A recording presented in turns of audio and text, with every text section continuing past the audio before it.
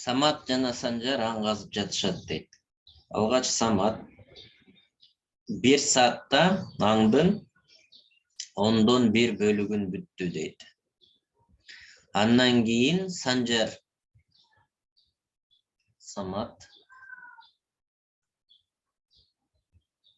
Санжар иштеп 1 саатта 5тен 2син казыптыр аңдын. 5тен 2ни мен 10/1ге жалпы бөлүм кылып кое турган болсом, ошондо 5тен 1 деген 10/2 деген сөз болот да, баары бир, чынбы? 10го келтире турган болсом мен 2ге көбөйтүшүм керек да. 10/2. Ошондо жалпысынан аң 10 бөлүктөн турган болсо, ошондо 3 бөлүгү бүтүп атат да, 10/3 бүтүп атат. Бул 10/1, бул 10/2-ни бүтүргөндө.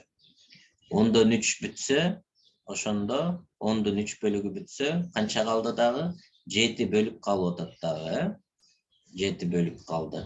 Эми андан кийин Санжар экөө бириксе аңды канча убакытта казып бүтүшөт дейт. Ошондо демек экөө 1 саатта 3 бөлүктү казат экен, Дагы 1 саатта 3 бөлүк казат.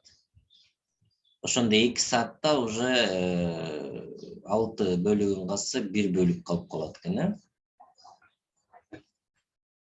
Так, 1 бөлүк. Ошондо 1 саатта 3 бөлүк казып атса, 1 саатты 3кө бөлсөм 20 мүнөт болуп атат да, чынбы?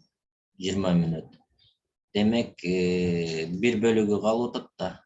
3 кетсе, 6-ны 7-тен 6-ны алсак 1 бөлүк болсо 20 мүнөт. Ошондо 2 саат 20 мүнөттө бүтүп коюшат экен экөөлөсө.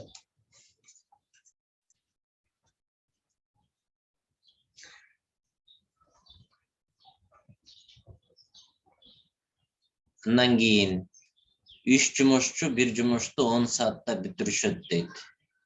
1 жумушту 10 саатта бүтүрөт экен. Bir günü жумушту 2 эсе көбөйтүштү дейт, Bir жумушту. Азыр тескери жазып алдым, наоборот. 10 саатта 1 жумуш бүтүрүп атат. Ошондо 1 күндү жумушту 2 эсе көбөйтүп дейт. Жумуш 2 болуп калды. Дагы 9 жумушчу кошуп койду дейт. Буга 9ду кошсом 12 болуп калды. Ошондо канча саатта бүтүшөт дейт. Муну эмне кылган? 4кө көбөйткөн, демек мен 10ду 4кө бөлүшүм керек, А муну 2ге көбөйтүп туруп, мен муну 2ге көбөйтүп коем. Ошондо бул экөө кыскарса 2 болсо, 10ду 2ге бөлсөк 5 болуп калат экен. 5 саатта бүтүп коюшат экен.